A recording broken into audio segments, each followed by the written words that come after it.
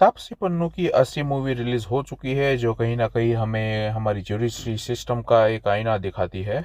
और इस मूवी का नाम 80 इसलिए रखा गया है क्योंकि अकॉर्डिंग टू मूवी मेकर्स हर दिन हमारे वहाँ पर 80 केसेस दर्ज होते हैं इस दुष्कर्म के।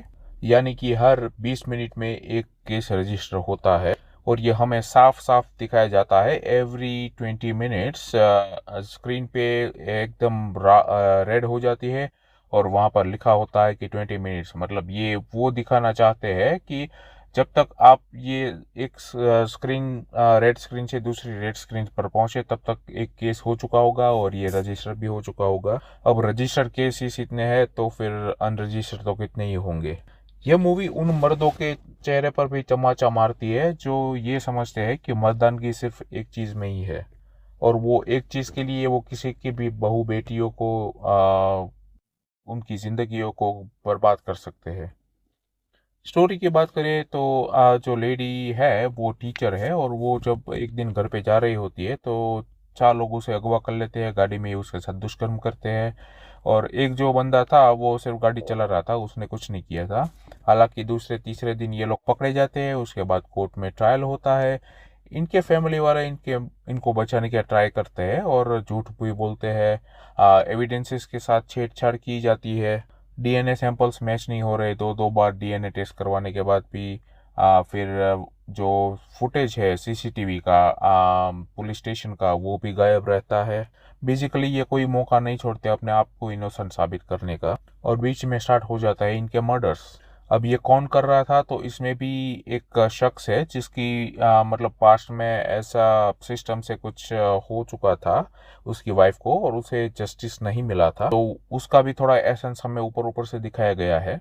लेकिन यहाँ पर सोचने की बात यह है कि जब किसी लेडी के साथ या किसी भी बच्ची के साथ ये चीज़ें होती है तो उनकी ज़िंदगी पे क्या गुजरती है, उनका लाइफ का मतलब एक ऐसा ट्रॉमा हो जाता है कि अ, हम और आप सोच भी नहीं सकते, और उनके परिवार पे भी क्या बीतती है। तो बेसिकली ये इसी पे आधारित फिल्म है। और इसमें कोर्ट रूम सिर्फ नहीं है, क्योंकि कुछ कुछ मूवी का ऐसा होता है कि सिर्फ कोर्ट रूम ड्रामा होता है, पूरी मूवी वहीं पे ख़त्म होती है। लेकिन यहाँ पर जो विक्टिम है उसकी लाइफ दिखाई जाती है, उसका ट्रॉमा दिखाया जाता है, उसकी फैमिली सफ़र करती है वो दिखाया जाता है। उसके बाद जो लॉयर है जो उसकी तरफ से लड़ रहा है उसकी उसकी क्या क्या चीज़ें रहती है और उस पे क्या क्या बीतती है वो भी दिखाया गया है। तापसी पन्नू के अलावा कुमुद मिश्रा भी है इसमें, जिन्होंने भी बहुत ही अच्छी तरीके से अपना किरदार निभाया है। और बीच बीच में नसरुद्दीन शाह आ जाते हैं कैमियो करने के लिए।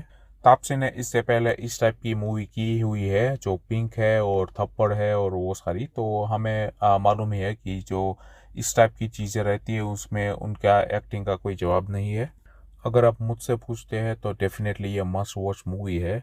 आप एक बार ये मूवी देखोगे तो आप थोड़ा उस विक्टिम से भी कनेक्ट कर पाओगे।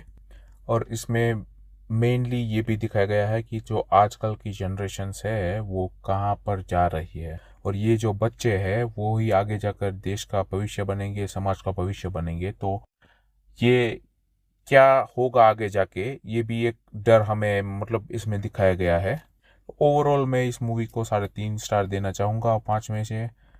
अगर आपने ये मूवी देखी है तो मुझे कमेंट सेक्शन में बताइए कि आपको कैसी लगी, और अगर आपने नहीं देखी है तो चाहिए और इसे देखिए। It's a must watch movie. चलिए मिलते हैं नए वीडियो में, तब तक के लिए बाय। Thank you.